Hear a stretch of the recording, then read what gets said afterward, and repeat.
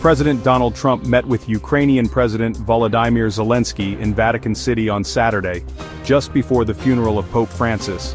It was their first meeting since February when Trump had criticized Zelensky at the White House for not being grateful enough for U.S. support. Since then, the White House has been pushing hard for a peace deal in Ukraine. Photos show Trump and Zelensky talking privately inside St. Peter's Basilica without any aides. Zelensky later posted online that it was a good meeting, and he hoped it would lead to a full ceasefire and lasting peace. A White House spokesperson said the 15-minute meeting was very productive. After leaving Rome, Trump posted on social media questioning if Putin truly wants peace after Russia's latest missile strike on Kyiv. Trump hinted at possibly using new banking or secondary sanctions against Russia. The meeting was unannounced beforehand. Trump's trip to Rome was supposed to be short and focused only on attending the Pope's funeral. Trump originally planned to visit Saudi Arabia first, but changed his trip after Pope Francis's death. Because of the funerals, seating arrangements were organized alphabetically in French. Trump briefly interacted with other leaders like France's President, Emmanuel Macron, and officials from Estonia and Finland. The U.S. recently warned it might pull out of Ukraine peace talks if no progress was made soon. Trump said Russia and Ukraine were very close to a deal. His special envoy, Steve Witkoff, even met with Putin for 3 hours in Russia on Friday, and both sides called the talks constructive. Before leaving for Rome, Zelensky said Ukraine was open to compromises, but insisted there must be a total ceasefire first.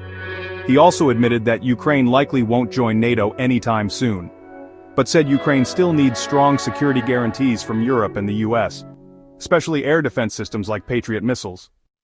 On Thursday, Russia launched its biggest missile attack on Kyiv in almost a year, killing 12 people. Ukraine, Europe, and the US worked on a Ukraine deal framework proposal that calls for a full ceasefire on land, sea, and air, US-led monitoring of the ceasefire, strong security guarantees for Ukraine, similar to NATO protections.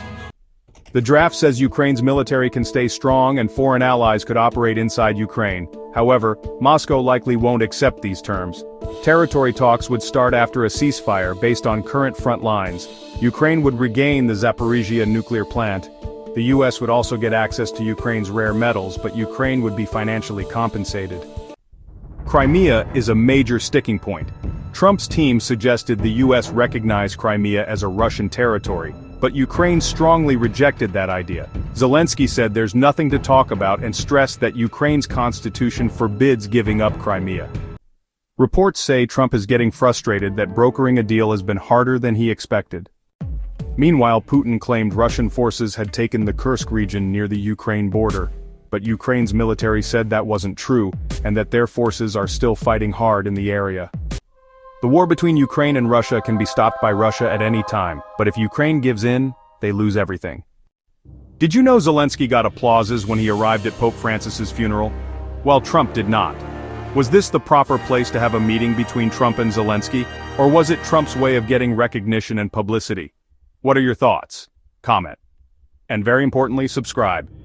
It will help to sustain this channel. See you next time.